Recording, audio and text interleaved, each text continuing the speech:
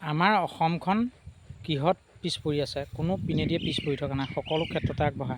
তাৰ ভিতৰতে আমাৰ অসমখনত বহুত বন ঔষধিও আছে। সেই বন ঔষধিবিলাক আমি বিচাৰি নাপাওঁ বা চিনি নাপাওঁ।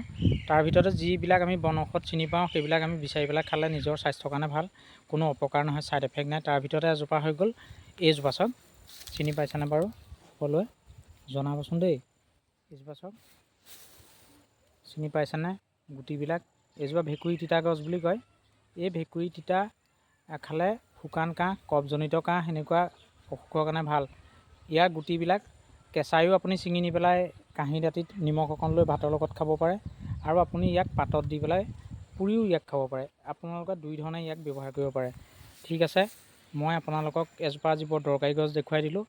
যাৰ যাৰ শুকান কাহ আছে, কফজনিত কাহ আছে, ইয়াৰ ভেকুৰী গুটি বিচাৰি পেলাই খাই চাওকচোন, উপশম পাব। ধন্যবাদ।